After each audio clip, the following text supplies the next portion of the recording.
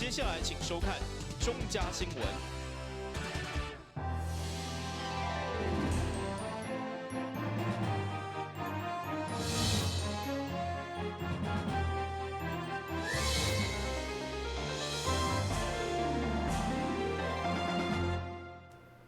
大家好，我是陈碧纯，欢迎收看3月23号礼拜一的中嘉台南地方新闻。因为肺炎的疫情持续扩大，使得这些行业拢受到影响。为了帮助台南市的中小企业会当度过这个难关，市长黄伟哲要求经济发展局甲公测会组成团队，设立单一窗口，并且建立线顶服务的平台。提供相关的资金纾困以及贷款延期等等的服务。因应武汉肺炎对产业的冲击，经济部规划了企业相关的补助办法。市府为了帮助台南的中小企业，特别规划了单一窗口甲全国首创的线顶服务平台，提供专人协助办理资金纾困，或者是贷款延期等服务。23号下午举办记者会，会中市长王伟哲也直接卡予服务专线来测试。并呼吁有需要的企业赶紧来向政府来联络。这个贷款分成3个部分，第一个是旧有贷款的延续，第二个是这个要专门贷款来补贴薪资跟租金的，第3个贷款是企业要转型的贷款。那中间当然有贷款多与少，那企业体质有好与不是那么好。那还有特别的一个重点是，我们针对这个中小企业或者微型企业，包括市场摊贩，他们营运所面临的困难。都已经设想到了，所以不管你有没有营利事业登记，不管你有没有这过去的缴税的记录，我们都可以有一套适应的对应的方式。最重要的是，我们建立了网络的平台，能够在第一时间就完成这个申请，然后由地方政府配合经济部来帮你向银行来催进度。那因为救命如救火，那这个救命的资金也是很重要的。等到企业已经受到更严重的伤害，甚至已经经营不下去了，资金才到，那就远水也救不了近火。所以呢，我们一方面了解到银行它本身资金审核的严谨度，一方面也体会到这个企业需钱恐急，所以呢，政府来中间来做一个媒合跟这个中介的管道，能够政府挺银行，银行挺企业，企业挺劳工。那大家一起，公司部门协力来度过这个难关。因为这届的服务对象当中，也有伫市场做生意的生意人，但因为因较无法度提出相关的资料，对此台湾中小企业联合辅导基金会总经理也提出了几种办法。小摊贩最麻烦的事情是你可能没有税籍登记，好，那你要怎么证明？第一个，我们发明了一个事情，都叫切结书嘛，哈，你要给切结公外营业额偌济啊。如果你我们那个辅导顾问有个周总监在这里哈，他也想出一招啊，你那个邮局婆啊的刚存偌济钱，营业额买当证明，就你要越完整，越能够让我们协助到你跟银行融资到钱，哈，这部分都要靠你自己。好，不是讲政府都一定会当给你处理好。还有一点是，大家平常探钱的时阵都不跟银行往来。啊，等到现在困难的时候，银行都讲我都跟你无熟悉，好，那你要怎么样证明说我是优良厂商？好，我以前真的没有发生这个事的时候，我过去都是做这些生意啊，那没有这个 virus， 没这个病毒量，我又可以恢复，哈，让银行要能够佐证，哈。只要是连续2个月营收平均减少15%的企业，就会使来申请。政府也是希望透过安尼的补助，会使帮助企业度过这个难关。但新闻郭博宇采访报道。台湾手表天团董事长徐国润号召天团管理委员会，伫23号捐赠300万，予台南市政府加强肺炎防疫工作。市长黄伟哲亲身出席捐赠仪式，表达感谢，强调将会妥善来运用这笔捐款。台湾手表天团长期关心社会公益，除了定期举办关怀弱势活动以外，只要社会有需要，拢会积极捐款来协助。这届武汉肺炎的疫情持续来延烧。庙方也伫董事长徐国润的带领之下，决定捐款300万予市府，作为防疫相关的经费来使用。23号上午举办捐赠仪式，市长王伟哲除了亲自出席颁发感谢状表达感谢以外，也强调这笔善款将会运用来购买相关的防疫物资。市长真的非常有魄力，这样一直在就关心那个防疫，那个武汉肺炎的防疫的工作，那我就心里在想，就是说，这个我们就已经过了，肺炎越来越险境，那我们要如何做社会更好的公益？那我当时就想说，好，我第一时间我就内心有一个谱，那赶快就跟我们的秘书陈秘书联络，那跟几位董事联络，那说要捐献多少比较好。那后来就经过一番讨论，那就定案就300万，那赶快就送给市政府。那因为时间那是礼拜六，差不多10点左右的事情。那当然我们第一董事可能都接到信息都，我也非常高兴，就是我们的董事、副董事长还有常务董事还有董事都完全支持，都没有不同的声音。那我内心也是非常感谢，就是说至少我们抛砖引玉，能够在宗教界。那只有政府的力量是没有办法做的。那只有这个民间的力量，坦白讲，有时候也比较需要说一起有公权力来帮忙执行。所以公私协力啊，齐心抗疫啊，齐心防疫，这点是很重要。对于天坛所捐赠的这300万，我们一定会做最好的运用。那一定购置一些防疫物资，哦，然后来这个像我们原先开始的时候是口罩，哦，然后这个温度计、额温计，然后这个热显像仪，种种的都是让这个防疫工作能够更进一步做好。那将来这个快筛出来的时候，检测剂出来的时候，我们会用这个钱来购置一些检测剂，能够让这个潜在的没有发病的，没有症状的，没有发烧的这些人，能够藉由筛检剂把它筛检出来，这些都很重要。因为我根据我们的了解，那些筛检剂已经这快马加鞭在研制了那很快就会问世。那快速的筛检剂，因为目前的为止，这种筛检剂大概要4到6小时，4到6小时，有时候就错失了很多时间。如果能够在半小时以内筛检出来，那就避免了、减少了很多到社区去感染或传染给别人的机会。那这点是我们现在一方面等待中研院、等待这个卫福部的研究一方面也是准备好这个要采购。那这点我们都会好好运用这笔经费。这项的捐款也是现在市府收到相关的善款。卖方表示，希望透过这项的捐款抛砖引玉，让社会上更侪宗教团体也就是企业会使共同来响应，让整个社会做伙来对抗疫情。台湾新闻郭博义采访报道。另外，为了替防疫尽一份心力，某饮料业者关正因公司真地销的5000罐饮料，和台南市第一线1号志工，上个市长马清新出席见证，感谢因的公益行动，让咱的防疫更较有力。为了感谢第一线1号志工对疫情的付出甲奉献，饮料业者透过工商促进会媒合，决定捐出5000多罐，提供给台南地区各大医疗院所。那这一次我们希望能够主张，一直以来，然后30年来一直主张汉方的所谓的预防胜过治疗，就是如何增强抵抗力跟免疫力比事后的治疗来得更重要。那各位都是医疗专业人员，那我们知道，只要身体的摄氧量提高、含氧量提高，你的抵抗力跟免疫力就会相对的变得更好。那这一次我们希望能够提供自家产品，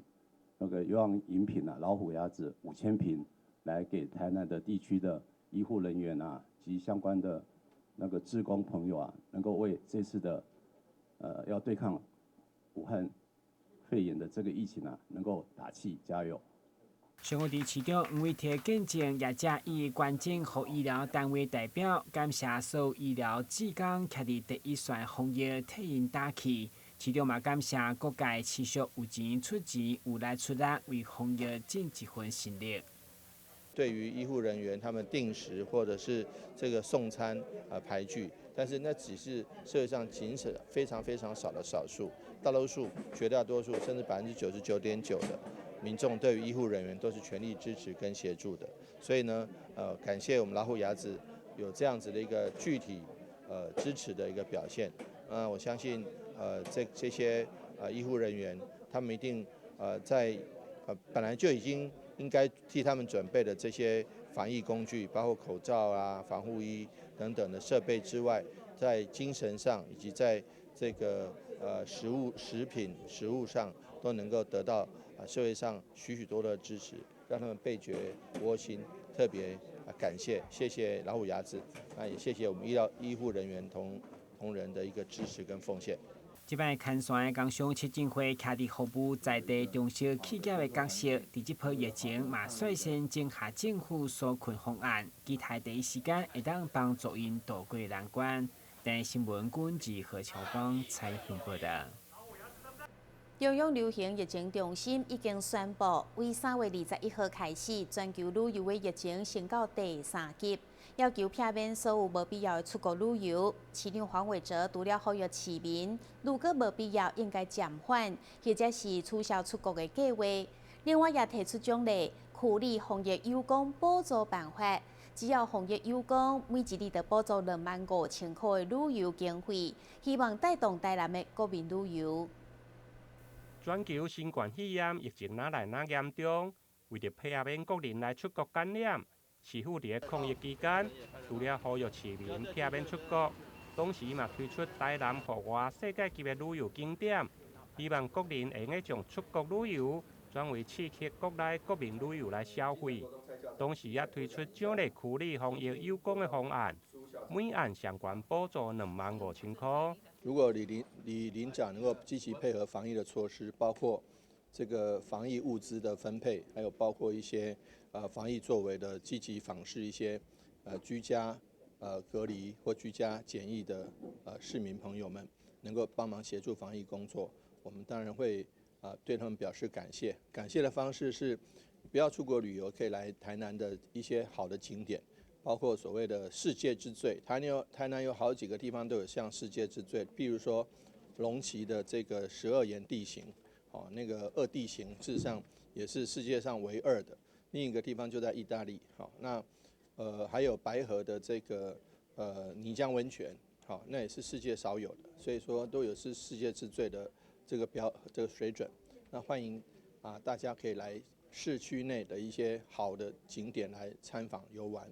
那凡是配合一些防疫工作的里，那我们预计要找100个里，每个里大概补助25000块钱，来从事这个市区内的这个自强活动或者是参访。市长黄伟哲表示，这项的奖励计划会用由里办公处结合台南世界级的旅游景点，办理社区观摩，总共补助100案，而且经费许可，嘛用看状况来增加。至于无配合防疫，造成防疫的破口，市府相对嘛会核检地方的发展专案经费。台南新闻林根采访报道。休困者马上回来新闻现场。跟我们一起走进阅读308，我们将阅读分成6大主题。首先邀请到新世代作家杨富敏、江儿、李炳书、阿春爸、IG 作家，来到台南爱读册节目中与您见面。敬请锁定每晚8点半第3公用频道。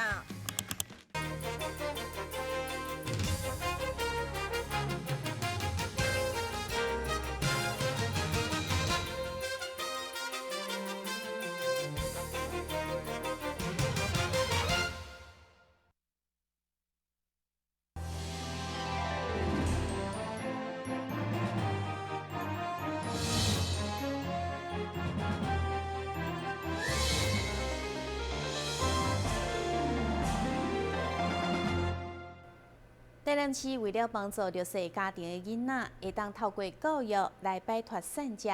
为105年就推出脱贫方案。到目前为止，已经拨出185万，来作为高中职学生的奖助学金。上午中华艺术科技大学的董事陈叶明荣嘛捐赠20万，大力支持。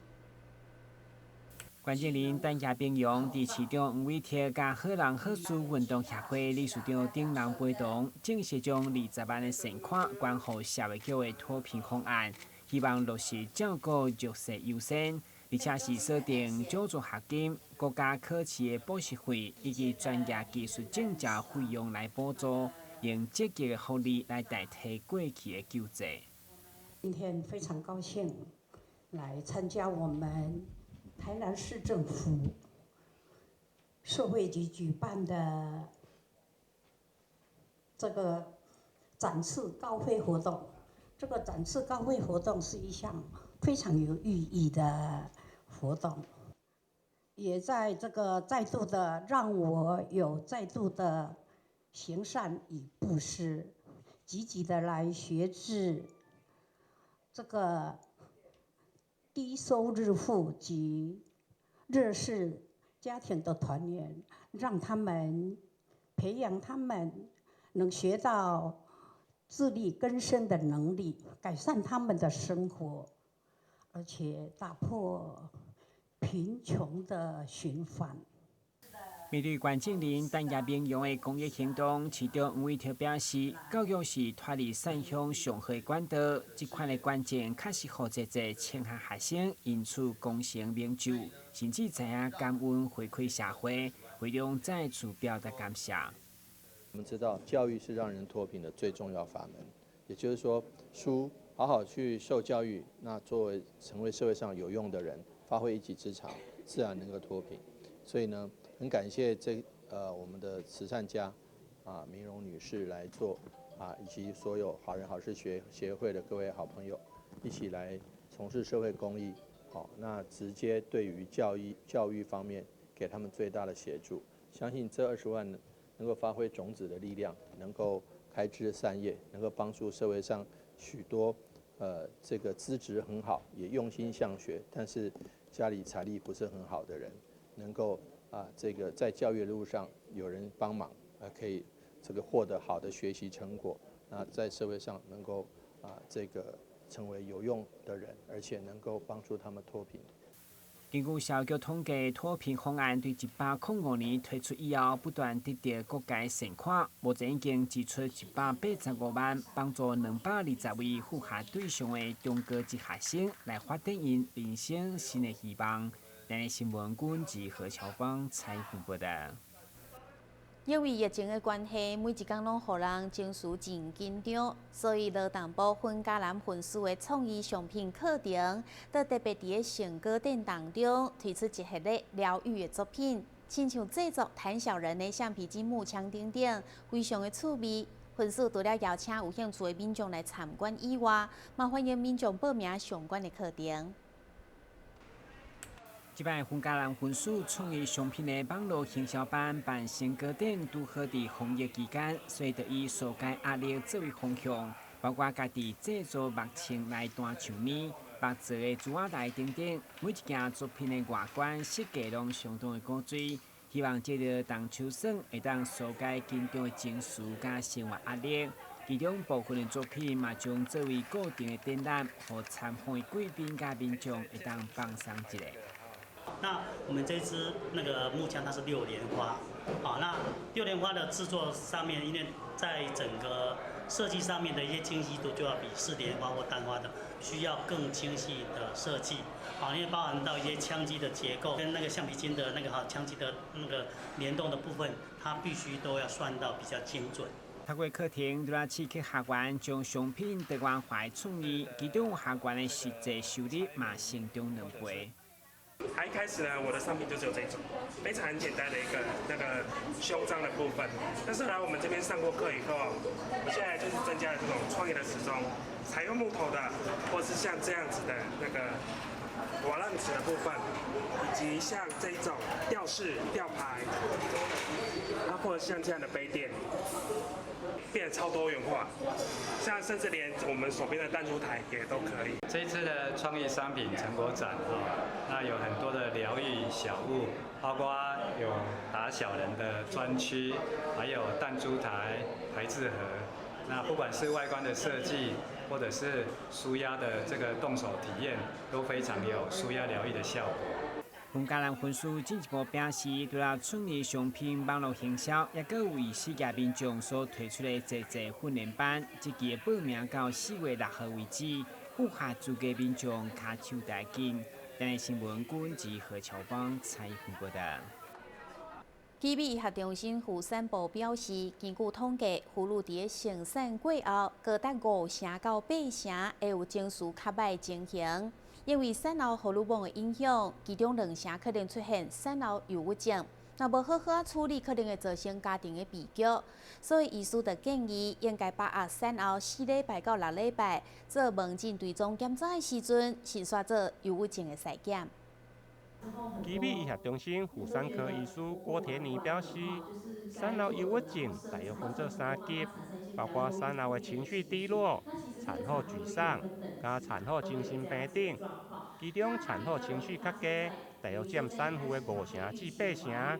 产后沮丧发生率大约有1成到2成。较严重的产后精神病，虽然发生率只有1/1000到2%，不过病人可能会自残或者是伤害囡仔，因此一定要把握治疗。产后妇女在产后因为荷尔蒙的影响啊，往往会产生一些比较忧郁的情绪。那我们会在这个部分给予很多的关怀，那包括最佳的时机就是在产后回诊4到6周的时候，那让她填写一个爱丁堡产后忧郁量表，那根据分数来评估，找出比较高风险的妇女，然后转介相关的人员给她关怀，以及找出处理的方法，这样子。那希望能够借由这个方法去避免一些不好的事情发生。你要说全部的发生比率来讲的话，其实有忧郁情绪的妇女是不少，但是真的有达到说需要照顾的话，大概是可能就是10% 以内这样子。那这些部分是我们努力就是最主要去预防的部分。基比医学中心表示，根据产后的忧郁量表统计，影响产妇产后的情绪前3名，分别是囡仔的照顾问题、红鞋仔破病、加饲奶等。不过，伫个基比产后关怀照顾，包括有妇产科、小儿科、精神科、加卫教师、社工师等适当的关怀甲协助，希望会用个达到预防产后忧郁的发生。台咱新闻林根采访报道。新闻最后赶快来关心气象。